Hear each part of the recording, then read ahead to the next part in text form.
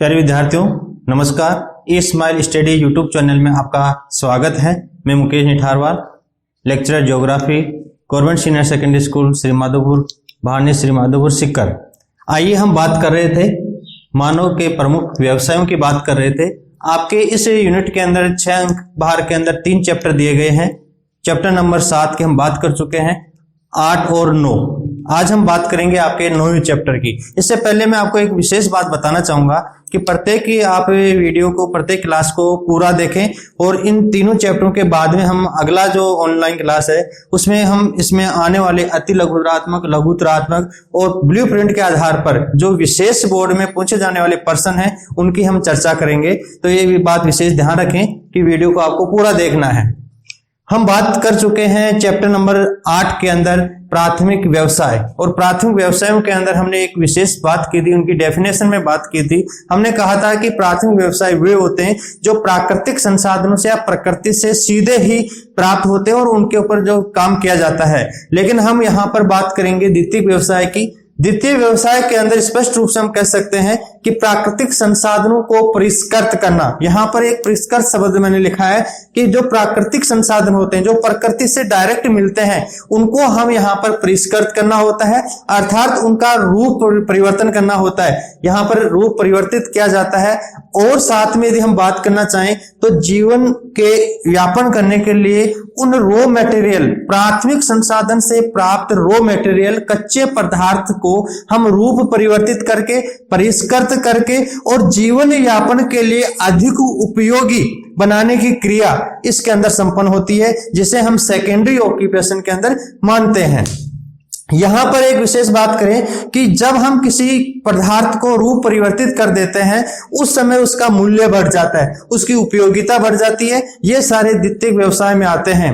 आपकी बात यदि पाठ्यक्रम के अनुसार करें तो बुक में यहां पर विशेष रूप से 10 प्रकार के द्वितीयक व्यवसायों की चर्चा की गई है। जिस प्रकार हम बात करते हैं इंजीनियरिंग उद्योग, निर्माण उद्योग, इलेक्ट्रॉनिक उद्योग, रासायनिक उद्योग, शक्ति के उद्योग, वस्त्र उद्योग, भोजन और पेय पदार्थ, जो कृषि से कच्चा पदार्थ प्राप्त होता है उनको रूप परिवर्तित करके अधिक उपयोगी बनाकर हम पेय पदार्थ और अन्य भोज्य खाद्य सामग्री करते हैं। धातु क्रम है, प्लास्टिक है, परिवहन और संचार उद्योग है। इन सभी प्रकार के उदाहरणों के अंदर हम देखते हैं कि प्राकृतिक संसाधनों से प्राप्त कच्चे माल को रूप परिवर्तित करके हम इसको अधिक मूल्यवान, अधिक उपयोगी बनाकर हम इसके अंदर काम में लेते हैं। इस प्रकार के व्यवसाय को द्वितीयक व्यवसाय कहते हैं। हम बात करें द्वितीयक के व्यवसाय के अंदर विनिर्माण। विनिर्माण शब्द को देखते ही प्यारे विद्यार्थियों आपके दिमाग में या बहुत सारी इस प्रकार की गलतफहमी होती है कि हम बहुत बड़े उद्योग की बात कर रहे हैं।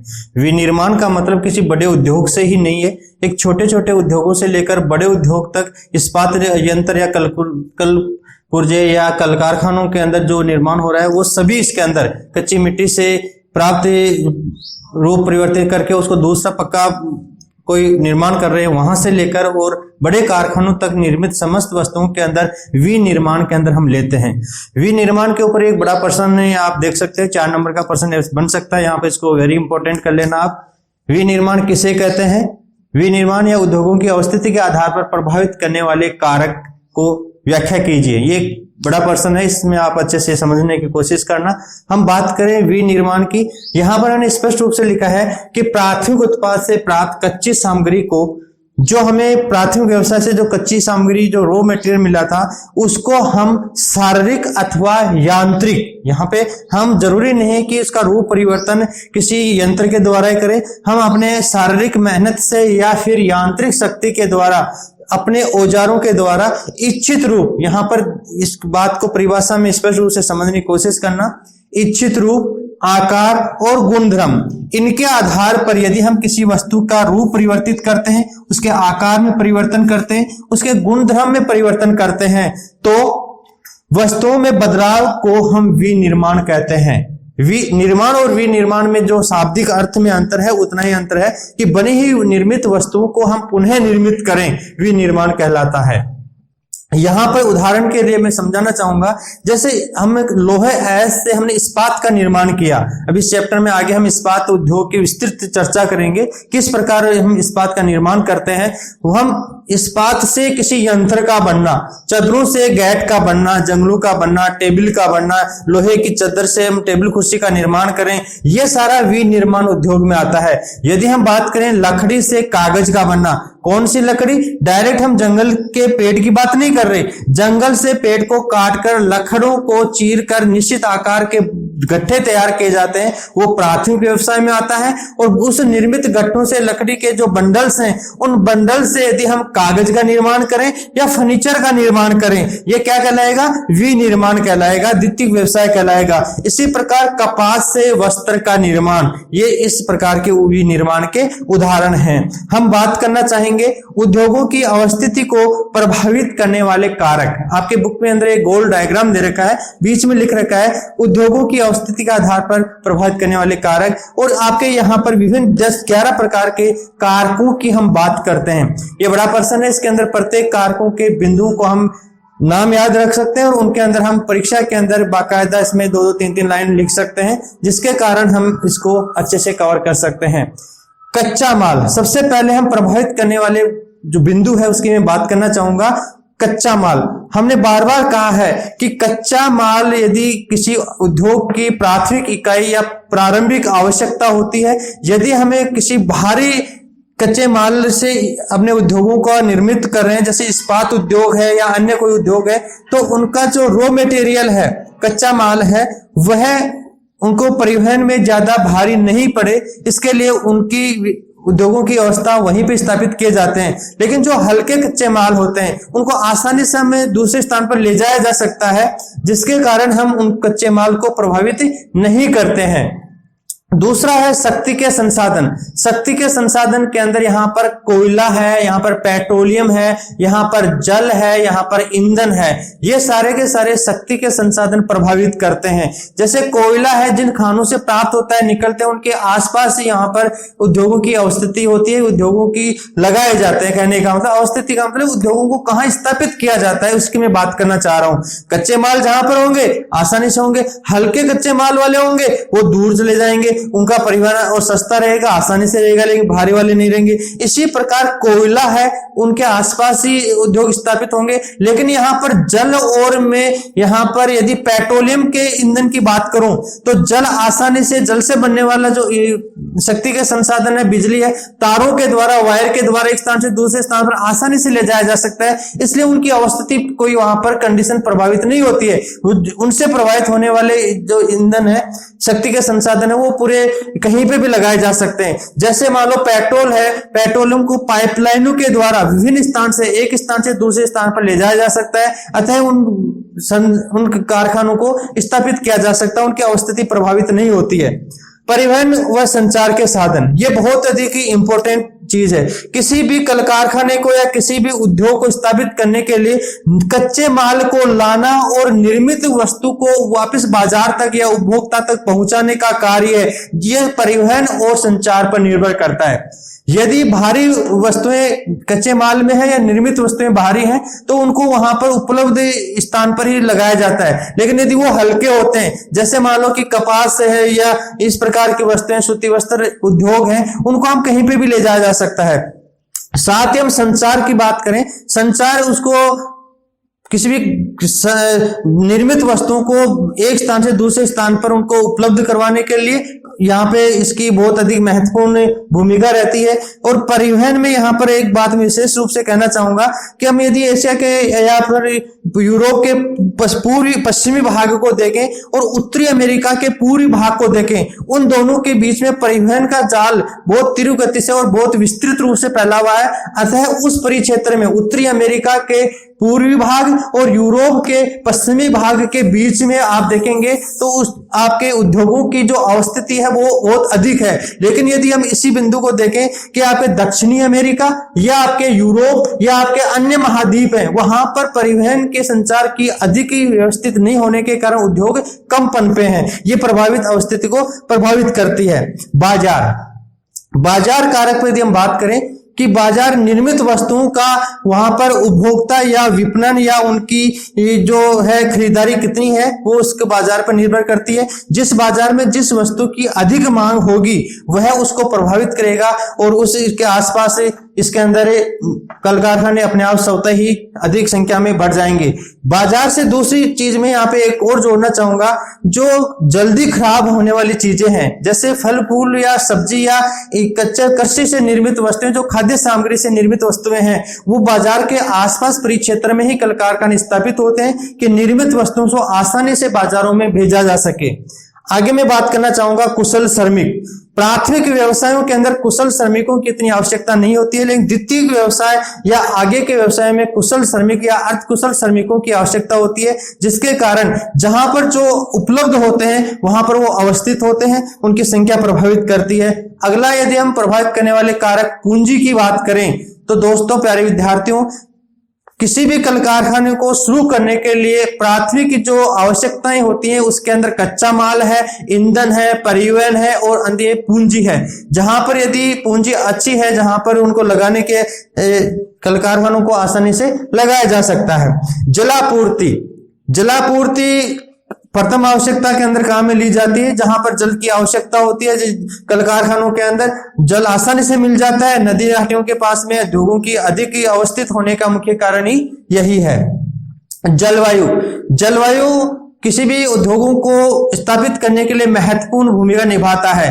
वहां पर काम करने वाले श्रमिकों के स्वास्थ्य या वातावरण अच्छा रहेगा यदि वहां की जलवायु अच्छी होगी। यदि वहां की जलवायु अच्छी नहीं होगी, वहां पर जलवायु प्रभावित करती है, तो वहां पे कुशल श्रमिक नहीं मिलेंगे, आसपास की जनसंख्या नहीं रहेगी, बाजार नहीं रहेंगे, वहां पर कल कारखाने स्थापित होना थोड़ा कठिन है। लेकिन यहाँ पर जलवायु कच्चे पदार्थों को भी, रॉ मेटेरियल को भी प्रभावित करती है। जैसे यहाँ पर हम कपास या सूती वस्त्र उद्योगों की बात करें तो वह वहां पर जलवायु यदि शुष्क रहेगी तो वह उद्योग अधिक पनपेंगे। अगला यदि 9 नंबर का बिंदु मैं लेना चाहूं, उच्च तकनीकी। आजकल जो कल कारखाने हैं, ये कल कारखाने नई नई टेक्नोलॉजी और नए नए आविष्कारों के द्वारा बहुत अधिक तीव्र गति से विकास कर रहे हैं। पहले के परंपरागत चल रहे विनिर्मित उद्योगों का बंद होना इसका प्रमाण है कि उनमें यदि समय के साथ टेक्नोलॉजी परिवर्तित नहीं हुई है तो वे अवस्थित नहीं होंगे, और समय के साथ यदि अपने आप को उच्च तकनीकी ज्ञान और सरकारी नीतियों के आधार पर यदि परिवर्तित कर लिए हैं तो वे अच्छे से वहां पर अवस्थित रहेंगे। यहाँ पर सरकारी नीतियां वहां पर तय करती हैं कि वह उस परिक्षेत्र के अंदर, उन नियमों के अंदर कल कारखाने अपने समस्त प्रकार की नॉर्म्स यदि पूरे कर रहे हैं, सरकारी नीतियों के नॉर्म्स पूरे कर रहे हैं, तो उनकी अवस्थिति ठीक रहेगी। अन्य कारकों के अंदर हम बात करेंगे कि इन उद्योगों को संचालन करने के लिए वहां पर भूमि की आवश्यकता होती है, बैंक की आवश्यकता होती है, बीमे की आवश्यकता होती है। ये सारी चीजें और सरकारी नीतियां यदि उसके मैनेजमेंट को आसानी से उपलब्ध हो जाती हैं तो वहां की जो अवस्थिति है वो बहुत ही आसानी से होते हैं। निम्न प्रकार के समस्त कारक उद्योगों की अवस्थिति को प्रभावित करने के लिए आप इसको अच्छे से याद करके और इसको लिख सकते हैं। प्यारे बच्चों, विनिर्माण की हम चर्चा कर चुके हैं। हम विनिर्माण की आगे बात करते हैं कि विनिर्माण उद्योगों का वर्गीकरण, क्लासिफिकेशन की बात करें तो इन्हें मुख्य रूप से 4 भागों में विभाजित किया गया है। आकार पर आधारित उद्योग, सबसे 1 नंबर पे हम बात करते हैं कि वह कितना बड़ा है, छोटा है या वो विस्तृत रूप से है, तो आकार के आधार पर। दूसरा है कच्चे माल के आधार पर कि हमें उन उद्योगों से कौन सा कच्चा माल किस प्रकार से प्राप्त हो रहा है, उसके आधार पर हम इसको विभाजित करते हैं 5 भागों में। स्वामित्व के आधार पर कि उद्योगों के ऊपर स्वामित्व किसका है, मालिक कौन है, उनके आधार पर हम उद्योगों को फिर 3 भागों में विभाजित किया है। और चौथा आपके उत्पादन के आधार पर है कि उन उद्योगों के विनिर्माण में किस प्रकार की सामग्री उत्पादित हो रही है, उनके आधार पर मुख्य रूप से इसे 2 भागों में विभाजित किया गया है। सबसे पहले मैं बताना चाहूंगा आकार के आधार पर। आकार के आधार पर जो 3 भागों में विभाजित किया गया है, कुटीर उद्योग, लघु उद्योग और बड़े पैमाने के उद्योग। इसी को शॉर्ट नोट्स अति लघुत्रात्मक में वेरी इंपॉर्टेंट कर लेना, ये कई बार पूछा गया भी है और इसको पूछा भी जाता है। प्रारंभिक कक्षाओं में आपने पढ़ा था 6 से लेकर 8 तक की सामाजिक के अंदर कि कुटीर उद्योग किसे कहते हैं और लघु उद्योग किसे कहते हैं। कुटीर उद्योग का मतलब होता है प्रारंभिक अवस्था में स्थानीय कच्चे माल के द्वारा और अपने पारिवारिक के सदस्यों के श्रम के द्वारा ही इस प्रकार कोई वस्तुओं की सामग्री का निर्माण किया जाता है। स्थानीय कच्चा माल होता है और स्थानीय बाजार होते हैं। जिस प्रकार अपने गांवों के अंदर, अपने पारिवारिक के माहौल के अंदर आसपास की स्थानीय वस्तुओं से हम कोई हाथ से कोई सामग्री निर्माण करते हैं, अचार का निर्माण करना होता है, अपने मिट्टी के बने हुए बर्तनों का निर्माण होता है, या अन्य प्रकार की सिलाई से बने हुए कपड़े का निर्माण होता है, पोट्री के निर्माण होता है, ये सारे के सारे लोहार का, सुनार का, ये सारे के सारे काम होते हैं, वे सारे हम किस में बात करते हैं? कुटीर उद्योग में। प्रश्न पूछा जाता है कुटीर उद्योग और लघु उद्योग में अंतर स्पष्ट कीजिए, तो इसके अंदर भी हम इस बात कर सकते हैं। कुटीर उद्योग से निर्मित वस्तुओं में सबसे बड़ी बात हम कह सकते हैं कि ये इनको घर में उपयोग के बाद में जो बच जाती है उसको आसपास के स्थानीय बाजारों में वितरित करके उसको बेचकर उस पर मुनाफा लिया जाता है। इस प्रकार इन वस्तुओं को बने हुए उद्योगों को हम क्या कहते हैं? कुटीर उद्योग। ये उद्योगों के सबसे प्रारंभिक स्तर के उद्योग हैं। दूसरे में बात करना चाहूंगा लघु उद्योग। लघु उद्योग वृहद उद्योग और कुटीर उद्योग के बीच की संक्रमण योजक कड़ी है और इसके अंदर अर्धकुशल श्रमिक और मशीनों का उपयोग किया जाता है। जिस प्रकार हम अपने आसपास के स्थानीय और जहां पर जिस प्राकृतिक संपदा की बहुलकता होती है उनको वहां पर कच्चे माल के रूप में लेकर और उनको हम श्रमिक जिनको हम मेहनताना देते हैं उनको रखकर और उसके बाद में कुछ तकनीकी मशीनों का उपयोग करते हुए वस्तुओं का निर्माण करें और उनको बाजार के अंदर वितरित करके उसको बेचा जाए, इस प्रकार के उद्योगों को हम लघु उद्योग कहते हैं। तीसरी श्रेणी के अंदर हम बात करते हैं बड़े पैमाने के उद्योग। बड़े पैमाने के उद्योग विस्तृत उद्योग होते हैं, बड़े उद्योग होते हैं, इस्पात उद्योग होते हैं, कल कारखाने वाले उद्योग होते हैं, कपड़ा उद्योग होते हैं, सीमेंट उद्योग होते हैं, लोहा के निर्मित उद्योग होते हैं, ये सारे के सारे। यहाँ पर उद्योगों में जितने भी प्रभावित करने वाले कारक हैं बड़े लेवल पर, अर्थात कच्चे माल की पूर्ति आसानी से हो, अधिक पूंजी लगती है, उच्च तकनीकी इसके अंदर समायोजित की जाती है और श्रमिक कुशल श्रमिक इसके अंदर हम काम में लेते हैं। इस प्रकार के उद्योगों को आकार के आधार पर हम तीन भागों में विभाजित करते हैं: लघु उद्योग, कुटीर उद्योग, लघु उद्योग और वृहद या बड़े पैमाने के उद्योग। दूसरे नंबर की मैं बात करना चाहूंगा कच्चे माल पर आधारित उद्योग। हमें कच्चा माल कहां से प्राप्त हो रहा है, इसके आधार पर सबसे पहले मैं बात करता हूं कृषि आधारित फसलों से या कृषि आधारित पशुपालन या दूध या खाद्य सामग्री से जो कच्चा माल आ रहा है और उसको हम उद्योगों के अंदर काम में ले रहे हैं। जैसे इसमें सबसे अच्छा उदाहरण हम डेयरी का ले सकते हैं, इसके अंदर हम प्रसंस्करण का ले सकते हैं कि हम खाद्य सामग्रियों को तैयार करके सुखाकर उसको अधिक समय तक रखकर उसको आगे बाजार में बेचे जा सकते हैं। इसको हम कृषि आधारित उद्योगों के अंदर लेते हैं। दूसरा आता है खनिज आधारित उद्योग। खनिज आधारित खनन से प्राप्त कच्चा पदार्थ, धात्विक, अधात्विक, लोह धात्विक, इस प्रकार के जो कच्चे पदार्थ होते हैं उनसे इस्पात उद्योग है या अन्य प्रकार के उद्योग हैं जिनको हम इसके अंदर लेते हैं। तीसरा है आपके रसायन आधारित उद्योग। रसायन आधारित उद्योगों के अंदर रासायनिक केमिकल्स के कच्चे पदार्थों के रूप में काम में लेकर यदि हम यहाँ पर उर्वरक की बात करें, यहाँ पर हम रंजक की बात करें, हम यहाँ पे पेंट्स की बात करें, ये सारे के सारे उद्योग प्यारे विद्यार्थियों रसायन आधारित उद्योगों के अंदर शामिल किए जाते हैं। वनोत्पाद आधारित उद्योग ये इंपॉर्टेंट है। ज्यादातर हमें कच्चे पदार्थ, कच्चे माल हमें या तो कृषि से प्राप्त होता है या वनों से प्राप्त होता है। तो वन आधारित उद्योग के अंदर हम फर्नीचर उद्योग को ले सकते हैं, ईंधन उद्योग को ले सकते हैं, हम लाख उद्योग को ले सकते हैं, हम रबड़ उद्योग को ले सकते हैं। ये सारे के सारे उद्योग आपके वनोत्पाद आधारित उद्योगों में शामिल किया जाता है। और इसके अंदर आपके अंतिम आता है पांचवा पशु आधारित उद्योग। पशु आधारित उद्योग के अंदर चमड़ा उद्योग इसके अंदर आता है, आपके दूध उद्योग इसके अंदर आता है। ये सारे उद्योग आपके पशु आधारित, पशुओं से प्राप्त कच्चे माल को यदि हम काम में लें तो कच्चे माल के आधार पर 5 भागों में विभाजित किया गया है। याद रखने के आधार पर इनके जो पॉइंट हैं उन पॉइंटों को आप अच्छे से याद कर लें और इसको होने के बाद में इसका स्क्रीनशॉट भी लेना जिससे कि आपको इंपॉर्टेंट आप याद रख सकें, नोट कर सकें।